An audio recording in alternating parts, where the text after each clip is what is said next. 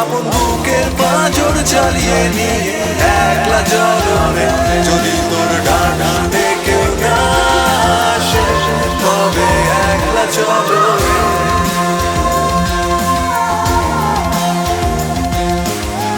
একলা চলো একলা চলো একলা চলো একলা চলো রে Good evening, friends. Thank you for checking out this video. Every few years, Indians go searching for a good man, a good prime minister, a good chief minister, judge, bureaucrat, police officer, citizen, voter.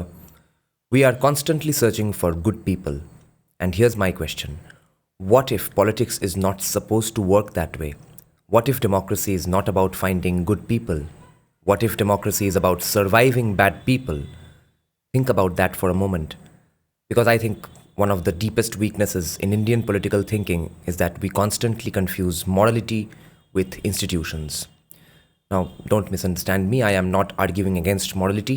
Morality matters, character matters, integrity matters, honesty matters. If everybody becomes shameless and dishonest tomorrow morning, no constitution on earth can save us. That's not my argument. My argument is something much more specific. India repeatedly tries to solve institutional problems through moral solutions, and we have been doing it for a very long time. Look at how Indians discuss politics. Every election, scandal, controversy, the discussion immediately becomes who is honest, corrupt, who is patriotic, anti-national, sincere, selfish, competent, incompetent. Notice what's happening. We are discussing people. We are not discussing systems. We are discussing character. We are not discussing incentives. And that's a problem. Because institutions exist precisely because human beings are imperfect. If everybody were wise, honest, selfless, we wouldn't need constitutional safeguards.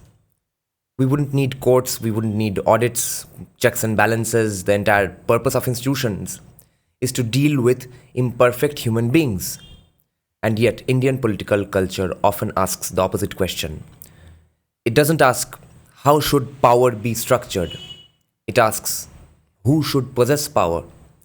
And this habit is very old. Go back to our political imagination. What is the ideal ruler in the Indian imagination? The dharmic king, the rajarshi, the wise emperor, the just ruler. Notice something interesting. The discussion is always about the quality of the ruler. Very rarely is it about the quality of the restraints placed upon the ruler.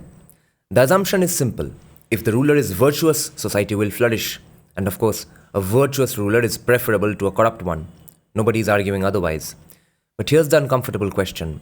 What if the ruler isn't virtuous? What if he's mediocre? What if he's ambitious? What if he's selfish? What if he's simply wrong? Because history produces far more ordinary rulers than extraordinary rulers. A political system must be designed accordingly. Now, before somebody clips this out of context and accuses me of attacking Indian civilization, let me clarify something.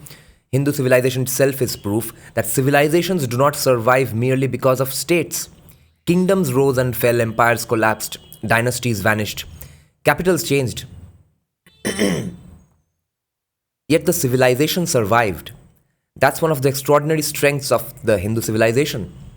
Culture often survived political collapse, but civilizational survival and democratic governance are not the same question. The fact that a civilization can survive bad rulers does not mean a modern democracy should be designed around the hope of finding good leaders or good rulers. And this brings me to Ambedkar. I think Ambedkar understood this problem far better than most people realize. Everybody quotes his famous line, a good constitution can become bad in the hands of bad people, a bad constitution can become good in the hands of good people. Everybody quotes it. Very few people think about it because the immediate reaction is, fine, then let's find good people. But that's not the only reason, and that's not the only lesson. The deeper lesson is that no document can save a country by itself. Human beings matter. Political culture matters. Institutions matter. Incentives matter. And human beings are flawed. They seek power, status, influence, biases, mistakes. They make mistakes. They have ambitions, which means the challenge is not finding saints. The challenge is designing systems that continue functioning when saints are unavailable. Because saints are rare, and democracies cannot be built around rare events. Now think about modern India. Whenever governance fails, what is our first instinct? We search for better people, better politicians, judges, bureaucrats, leaders, as if politics is one giant HR problem.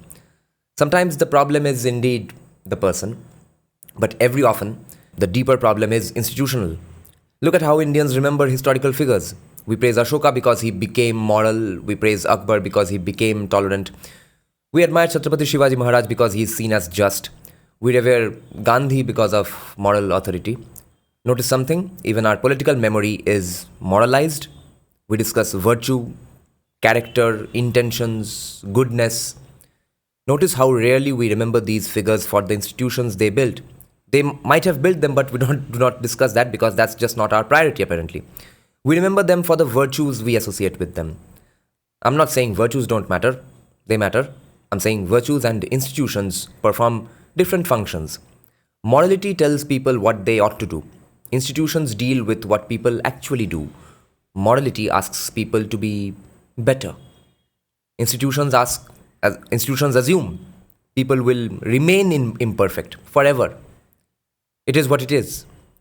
Morality appeals to conscience. Institutions create incentives. Both matter, but they are not substitutes for one another. And this is where Indian democracy often becomes vulnerable. Whenever we discover corruption, we demand honest people. Whenever we discover incompetence, we demand competent people. Whenever we discover abuse of power, we demand better leaders. Perfectly reasonable demands, but notice what is missing. We rarely ask, what structural incentive produced this outcome?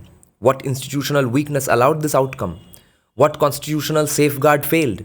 Instead, we personalize every problem. And once a problem becomes personalized, every solution also becomes personalized.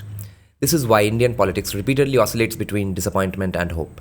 Disappointment with one leader, hope in another, disappointment again, hope again. The cycle never ends because the discussion remains focused on individuals, not systems.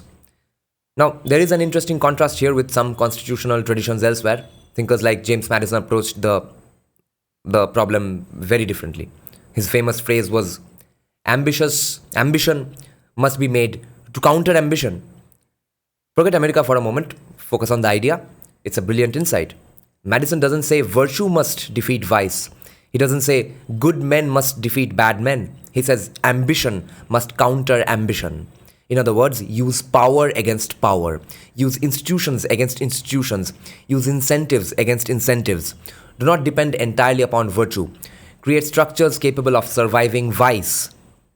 That's the key. And I think India still struggles with this distinction. Take the emergency. The biggest lesson is not about one individual. The biggest lesson is institutional. A constitutional order becomes vulnerable when too much depends upon the restraint of those exercising power. Restraint is admirable, but restraint is not a constitutional mechanism. A constitutional mechanism continues functioning even when restraint disappears. The same thing appears in debates around anti-defection laws.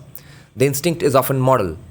How do we stop people from behaving badly? Fair question, but institutional thinking asks a different question. What incentives are producing this behavior? How should those incentives be structured? That's a completely different level of analysis, and unfortunately it is often neglected. And perhaps nowhere is this tendency more visible than in West Bengal.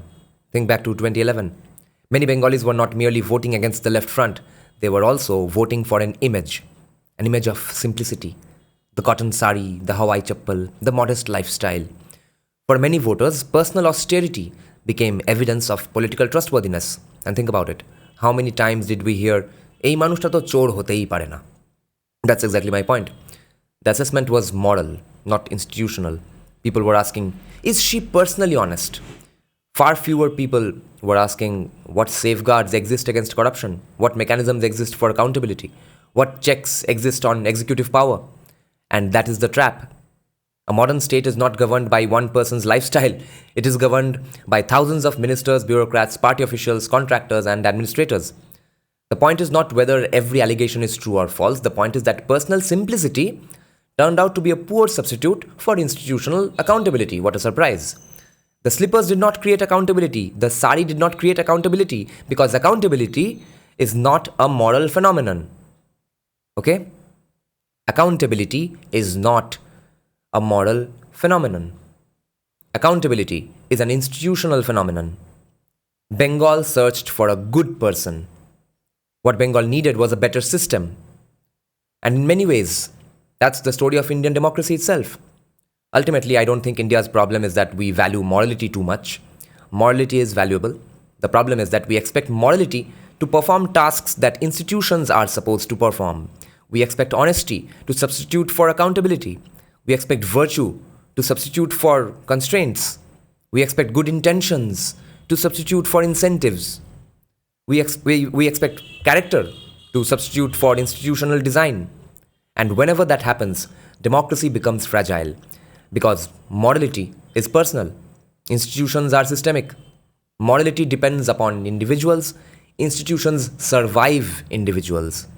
Leaders come and go, governments rise and fall, parties win and lose elections, generations pass. The real question is whether the system remains functional afterwards. That is the true test of a republic. Not whether it occasionally produces great leaders, but whether it can survive ordinary leaders.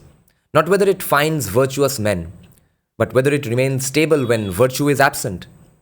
So perhaps the most important political question India needs to ask is not who should rule, but what kind of institutions do we need if the ruler is wrong?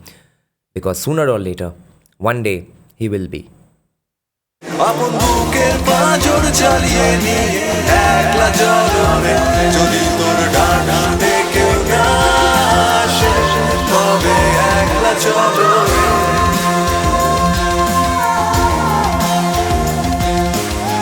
একলা চলো একলা চলো একলা চলো একলা চলো